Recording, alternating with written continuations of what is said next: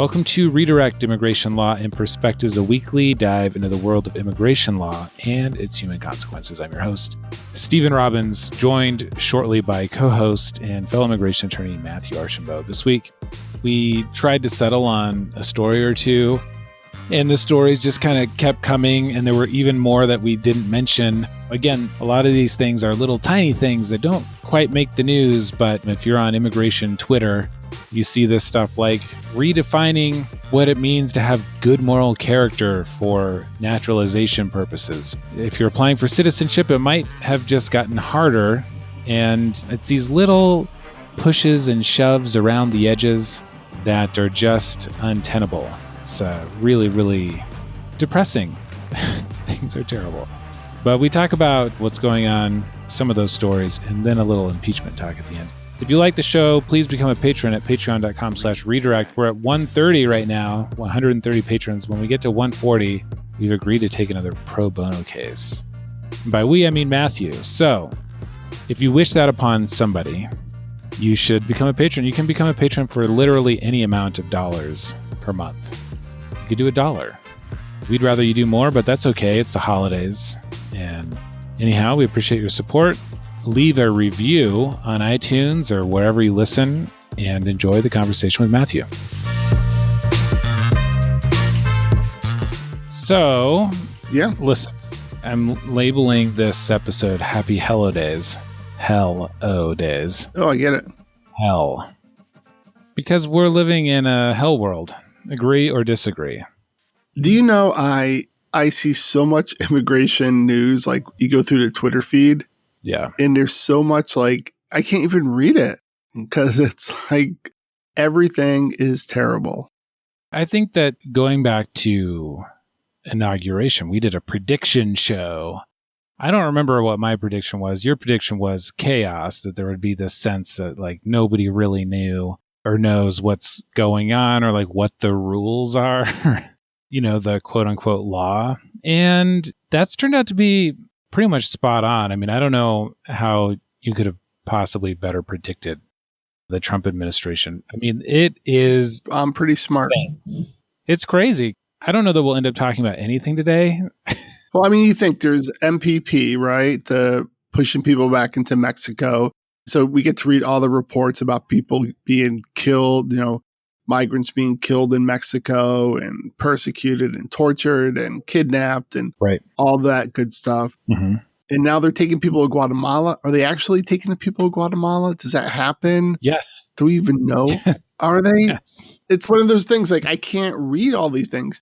Then doctors go to detention centers with kids in order to give them like flu vaccines and they're arrested.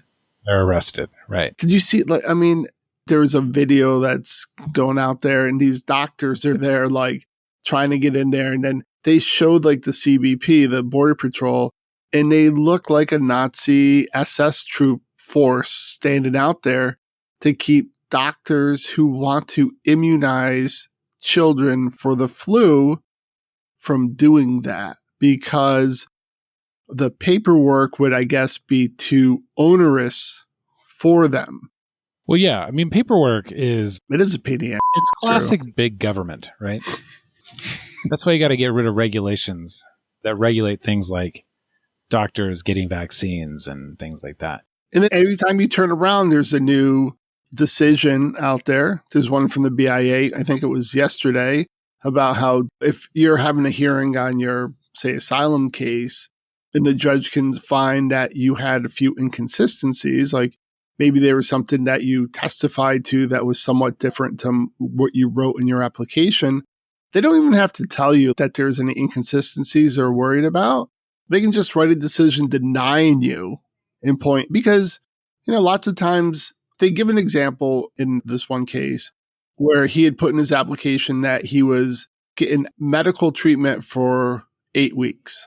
And then he testified that he was released from the hospital after 4 weeks and he got a week or so at home, but not the full 8 weeks. So he was off by a couple of weeks, maybe. But that was used to say that he wasn't credible. Right. And the judge in that case, he was asked about it. But what the Board of Immigration Appeals said is, a judge didn't even have to ask him about it. Right. You don't even get a chance to explain. Right. And all it is the toolbox for immigration judges who want to screw people over is so huge right now. The Batman utility belt. Exactly.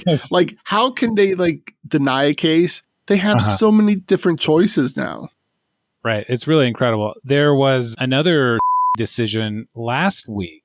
So typically what happens is we finish the show, I notify the producer, and then immediately there's some news dump, literally every single week. And there was this new BIA case that was issued by Attorney General Barr on the Convention Against Torture. Oh, yeah. I haven't even read that one yet. I'm oh, it's probably the worst decision yet.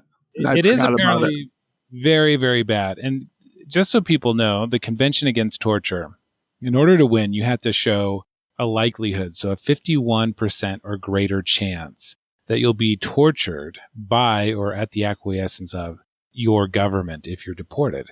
And torture, of course, is a very high standard, right? It's a particular thing. Yeah, let me give you a synopsis of this case. Okay.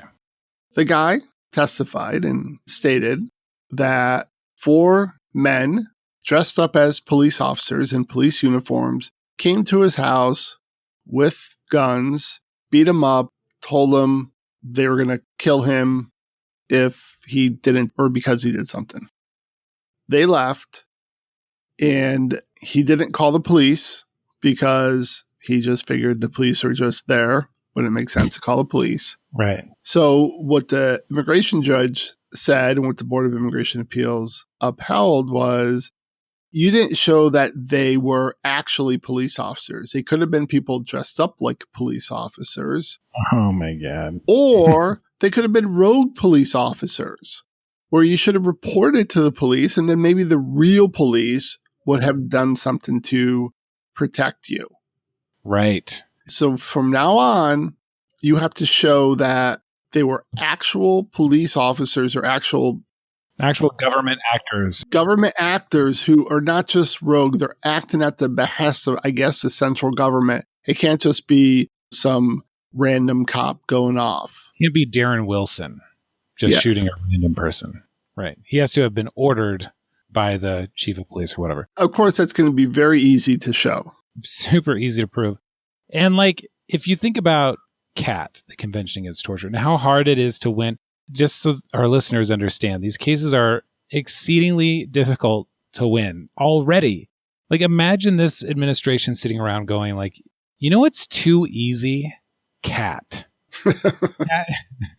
We need to make it even harder. A loophole. It's a total exactly. It's what do you win when you win CAT? Yeah, when you win CAT, what actually happens is the immigration judge enters a removal order. So you're sitting around with a deportation order. And you, as a result, normally have to do regular check-ins with ICE for the duration of your time in the country. But you do get a 1-year work permit. Perhaps, right? So if you have Convention Against Torture, one Convention Against Torture is the withholding Convention Against Torture. You get a work permit. But if you get Convention Against Torture based on what they call deferral, meaning that you had a criminal record or something, your work permit is really at the discretion. They have the discretion to give you one or not. Right. And you have to be on what they call order of supervision. And if you're on order of supervision, you have to prove that you're on order of supervision. So what happens is you send in all your paperwork, and then immigration will say, hey, give us a letter from ICE saying that you're in compliance. Cool, because my guy reports whenever he's required to report. And you go to ICE and you say, can I get a letter from you saying he's in compliance? And ICE says, nah, we don't do that. Right. So they don't get a work permit. It's not like a work permit just shows up all of a sudden. It's a really onerous. And you can't travel. You have. Right. It's a really status. And that they're so going after. And they're going after that. I mean, people should take a minute and think about that. But this is, again, one story from a week ago that I haven't even really had the chance to read yet. And in the meanwhile, can you say that? Yeah, you can say it. I don't know if it's right or not, but you can say it. You understood what I meant. Yes. So we had shouted out on our Thanksgiving show Hamed Aleaziz, which I'm Hamed or Ahmed, I'm not sure. That's why he won't come on the show. Exactly. He's a Oregonian, fellow Oregonian, and a Trailblazer fan. Won't come on this show because he's like a serious reporter, and this is whatever, two dudes. Like, here's the thing about how that works. I have more respect for people who don't come on the show than the ones who are like, sure, So right? to all our prior guests, Stephen has no respect for any of you. None of you. Little. And for some of you who have been on multiple times, you are held in such low esteem by Stephen. I mean, frankly, it's really disturbing. Frankly, it's embarrassing for them, right? Yeah, and then, of course. So anyhow, he won't come on the show, but he's been just dropping these stories. Like, I think every single day there's been another story where I said, oh, we should do the show about that. Never mind, we should do it about that. And as a result, we just sort of end up in a haze, and we're not going to do the show about anything. Well, before we go on, so my son Carlos, in his humanities class, which is like social studies, every week they have to do a current events thing over the weekend, like pick something in current events and write a little, one-page thing about it. And his teacher said, you can't use BuzzFeed. What? Yeah. Well, he's thinking of BuzzFeed, like the quizzes and all that. Mm-hmm. So I need to send him our friend's reporting to say, like, no, he's a real journalist. It's a seemingly kind of frivolous website, right? Because it has all those quizzes, but they actually do excellent reporting. Right. They should really kind of break off from that. That's my advice. The website is BuzzFeedNews.com. So, I mean, I don't know. Yeah, but it's connected to BuzzFeed that you're like, which friend am I? I'm Chandler, by the way. I'm pretty sure. Is that the one that sucks the most? I don't know anything about you're that. Ross. All right. So actually, I'm probably Joey. I'll be honest. All right. Stop. He dropped this story. U.S. border officials are issuing fake court notices to keep out immigrants who have won asylum. So you mentioned MPP, the Orwellian named Migrant Protection Protocols, which says, oh, you come to this country, to the border to seek asylum. That's great. We're going to put you in the system, but you get to stay in Mexico while we process the case. So this story talks about one particular individual who has been granted asylum, having fled from Cuba. So a lot of Cubans make their way up through Mexico. And he went through the MPP. He waited out his case in Mexico. The judge granted asylum, and he's not being allowed back into, not back into the country, but into the country in the first place. Border Patrol is not letting him in. So what they did is they took him aside and they gave him a notice for a non-existent court hearing in January. Mm-hmm. And the court date is not real. Like, it doesn't exist. The best part of this was that DHS quote tweeted our friend, Mr. Aleaziz. Why wouldn't he come on the show? Yeah, I have no idea. Quote tweeted Mr. Aleaziz. But we're assuming that he would actually listen to hear you stumble over his name. Right. And they called it fake news. They said, we would never issue a fake document, except the article literally has the fake notice embedded in the article. You can look at it with your own eyeballs. So that's cool, because MPP wasn't like draconian and cruel enough. We're also going to punish those who go through the extraordinary effort of actually winning a case. Were you surprised at all that this was with the Cuban, who in the past, I mean, Cuba, that was basically, green light for coming to the U.S. and getting papers, right? And yeah, I mean, so I guess this is something you have to give to the Trump administration, because cynically, Trump could be treating Cubans differently because of Florida, Mm-hmm. But he's treating them as everyone else. So, right. Props, I guess. Well, okay, so that's a whole other story. I wanted to talk to you about the shooting in Pensacola, Florida. I think the problem... I don't know anything about it. Wasn't there like 3 other shootings? Yeah. There was one in Jersey City. Okay. one of the things that we used to do to lighten up the show, because, immigration can get heavy. We If you go back, mass shootings. we used to do a lot of real good shows on mass shootings. It was sort of one of our ballywicks. Is that a word? Ballywicks? Sure, why not? Anyhow, just make them up. It doesn't matter. Just like how you can't stay on top of the crappy immigration news.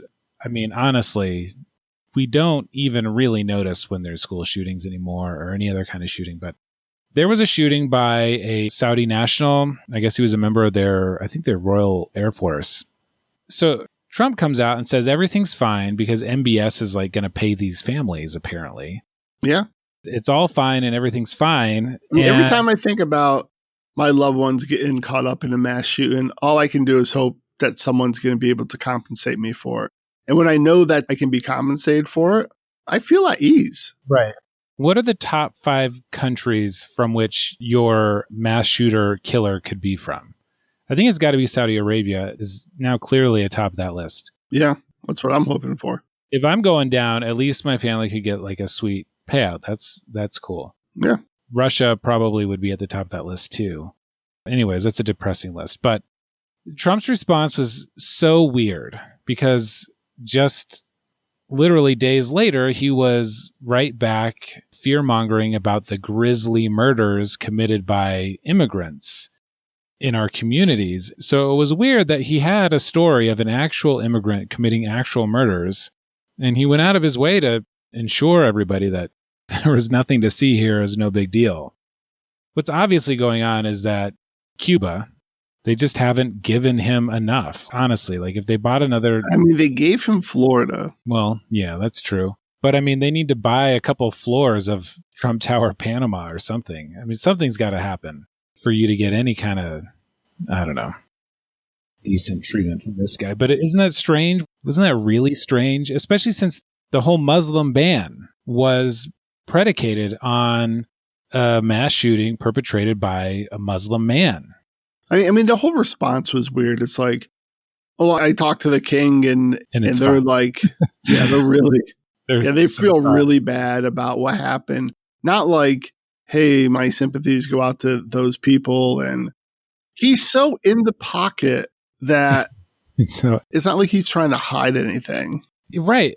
It's really weird that like you wouldn't, I mean, look, you could be an open borders lefty, and if a mass shooter comes into the country and kills people, you might want to have a press conference where you at least say, like, we're going to look into his visa approval procedure and how it was he was able to get a visa, and if there's anything we can do to improve the system, not in a way that's discriminatory or harmful to innocent people, but we're at least going to look into that, right? Like, especially if you're Donald Trump, that's been like his number one issue.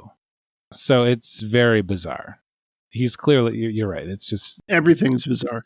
Was it last week or 2 weeks ago that he has to pay $2 million for defrauding like 8 different charities? And his like children have to go to like remedial school about how to behave ethically in a charitable organization. And everyone's like, yeah, okay, whatever. Yeah, we know he's a piece of shit. That's like why we voted for him. Let's say that was Obama. Let's just say that's any other normal president. Right. That would have been wall-to-wall coverage. Wall-to-wall. You know, they would have had to have like a crisis team set out. They would have had to have some type of plan on how to deal with it. Now how they deal with it is like, whatever. That's fake news. I want to come back to impeachment in a second, but going back to our friend, Mr. Aleaziz. Well, you get more confident now. I'm getting way more confident. You know, when you are super online like me, you don't actually read words out loud most of the time. I know his name. I just don't know that I've ever heard it spoken. Anyhow, 2 days later, after this story about how turns out we're just keeping asylum winners out of the country, he drops a story about how immigrants held in immigration and customs enforcement jails around the U.S. received medical care so bad it resulted in 2 preventable surgeries, including an 8-year-old boy who had to have part of his forehead removed, and contributed to 4 deaths according to an internal complaint from an agency whistleblower. So that's cool. People are just dying, and that's exciting because we talked about other people dying last week. so we can just keep talking about it. It's a slow drip of death and despair. But the thing is, no one cares. Right. Well, I mean, really, because so much is happening. Right. It's like, it's hard to be outraged at one specific thing because you become outraged and then someone's like, hey, look over here. You're like, oh, wait, that's more outrageous. I have to be more outraged. They go, look over here. Go, oh my God, that's not as outrageous as that first one, but it's still out. I'm outraged. And then all of a sudden it's too much. It just really is. Right. And then you have the whole impeachment going on and everyone lies about everything. So Well, everyone's always like, on. oh, you can, I know, everything ties together because no one knows what is real. Even when you have agreed upon facts. I want to talk real quick about this one other thing and then we'll move on. Is there another one? Well, it's this whole thing where, and we might have mentioned this a few weeks ago, but so MPP is apply for asylum in the U.S., but stay in Mexico. And by the way, Salvadoran man was murdered in Mexico the other day waiting for his hearing. So that's cool. Of course he was. Totally unpredictable. Nobody could have foreseen that at all. But on top of that, we have this other cool new program where we're sending asylum applicants from the border to Guatemala. Now, is it similar to MPP? No, because what we're sending them to Guatemala to do is to apply for asylum in Guatemala. And if they lose, do they get a chance to apply here? No. If they win, do they get to come here? No, they get to stay in Guatemala. And so that's another cool thing that we're doing. Has there been any reporting on that yet? Or yeah, I think there have been about 24 people sent to Guatemala. 2 of them said they wanted to apply in Guatemala. And for the rest, we said, too bad. And the reporting shows that this thing was so rushed and poorly prepared, like big surprise, chaos, right? That was your prediction, that essentially like Guatemala doesn't even have asylum. The system is, I think they have like 11 asylum officers in the entire country. And they're not in any type of position to be taking these cases. But that's not really the point, right? This isn't like sending some asylum seekers to Canada or to Spain or some safe country. This is designed to be terrible on purpose. So, are we also talking to Honduras about the same thing? Oh, probably. You know, why not just, how about this? If you're from El Salvador, first you should apply for asylum in El Salvador. I mean, that's like...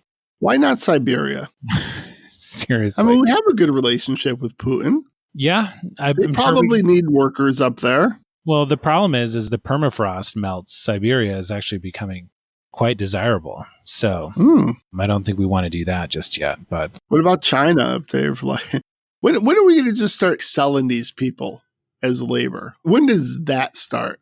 Well, in some ways, like the humane sort of mainstream position on immigration is like some version of that. Like, you know what? We need to just be able to bring these people over and house them and send them back and just use them like disposable grocery bags or something like that. And like in the temporary farm visas and things like that they're pushing, people get paid, obviously, but you know, it's not a lot. The protections are very poor, and it just has this view of like, we need this work done and we need people to do it, but we don't want them to be like around us or like part of who we are or our communities. We want to keep our communities, I don't know, what's the word I'm looking for? A certain way. So why don't we send these people to Dubai for labor? Mm-hmm. They can send their oil to, I don't know, somewhere, and then they can send it so we can have that triangle set up again. Are we that far off? Honestly, like, okay. Seriously, if you found out tomorrow that the proposition was, we're going to take people, immigrants that are coming in, and we're going to ship them to somewhere for slave labor, would you be like shocked, or would you be like, yeah, I get it? I'm thinking it logical next step. I'm thinking it would be something more like, because right now the Northwest Detention Center is in Tacoma, in like a sort of weird industrial area. The announcement would go something like, we're going to build a detention facility in the middle of the hops in central Washington, or the apples. And we're, you know, MPP, yeah, that was pretty cruel. Instead, we're going to send them to this place where they get to work. And we'll pay them, you know, $5 a day, which is 5 times what they made before. And yeah, something like that, honestly, it would not be shocking at all. I'm trying to think what I would be shocked at, and it's, I don't know. If they started treating them humanely.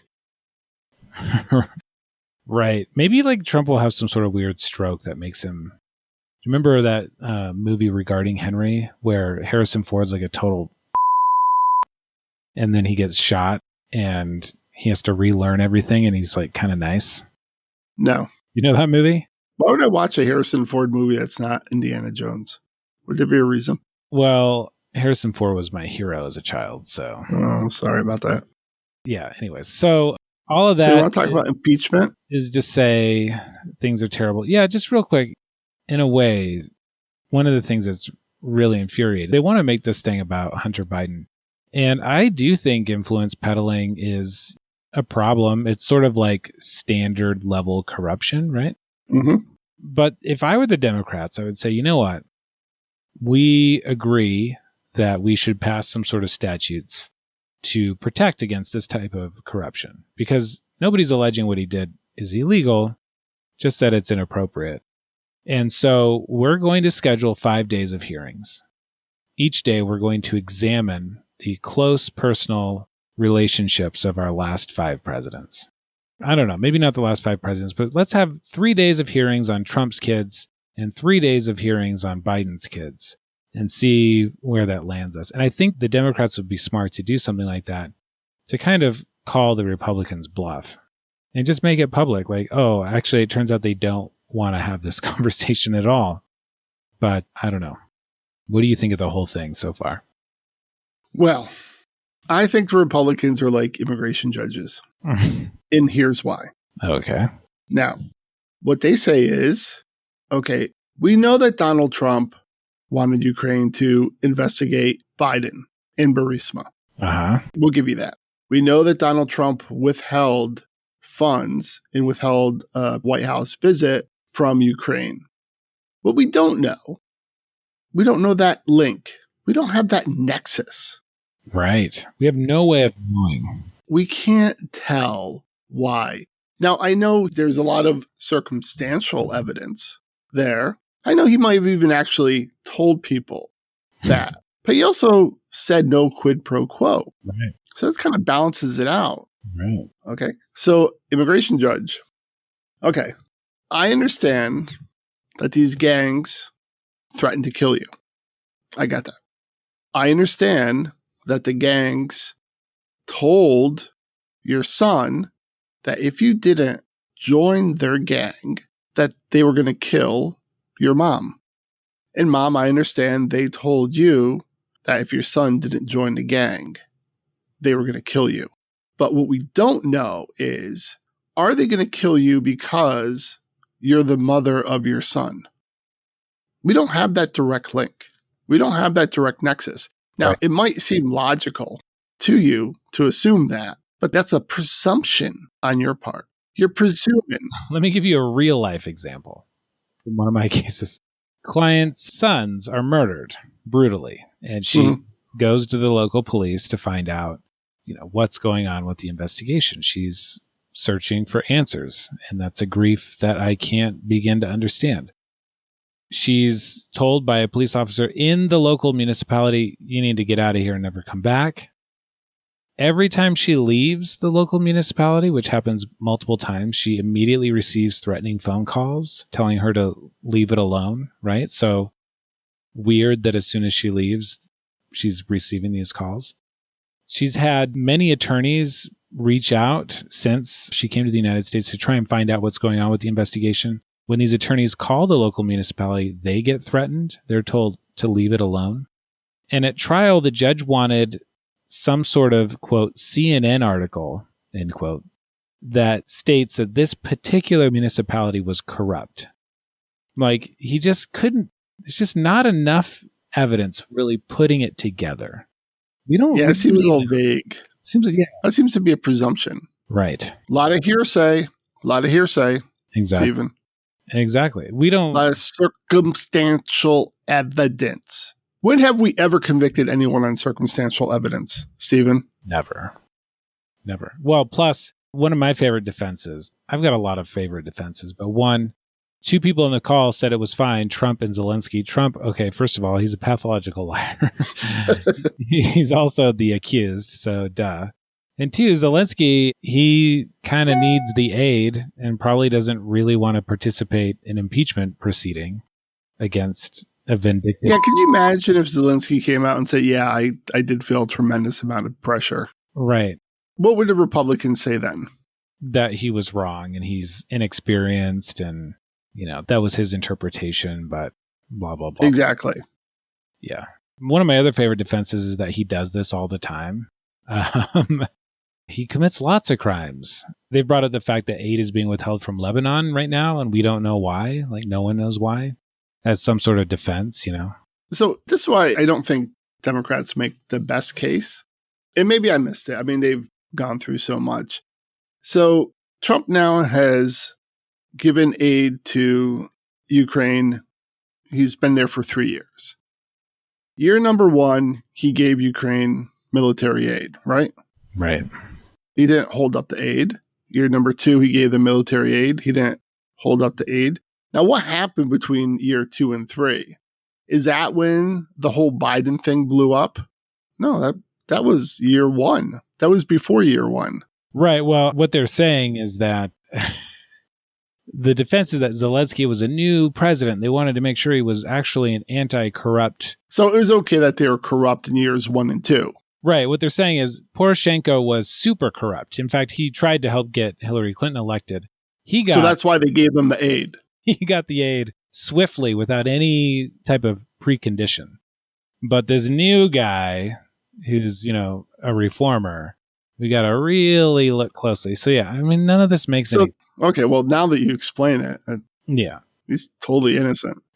The thing is, the Republicans are in this situation where I think most of them are not dumb. Louis Gohmert and Matt Gaetz are absolutely They're moronic. They're like stupid people. So you put them aside.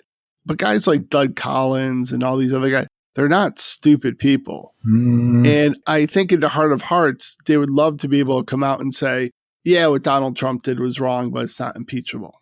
And I don't think that's the craziest argument. I'll be honest. Right. To say, listen, he got ahead of himself. He did something. He shouldn't have done it, but they got the aid.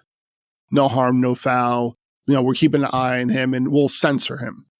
But Trump won't let that happen. Right. So they're stuck contorting themselves into ridiculous figures to advocate that he did absolutely nothing wrong. And not only he didn't do anything wrong, what he did was admirable. Right. Yeah. Let me ask you this, honestly. Do you think he should be impeached for this? I mean, let's say he's been a good president.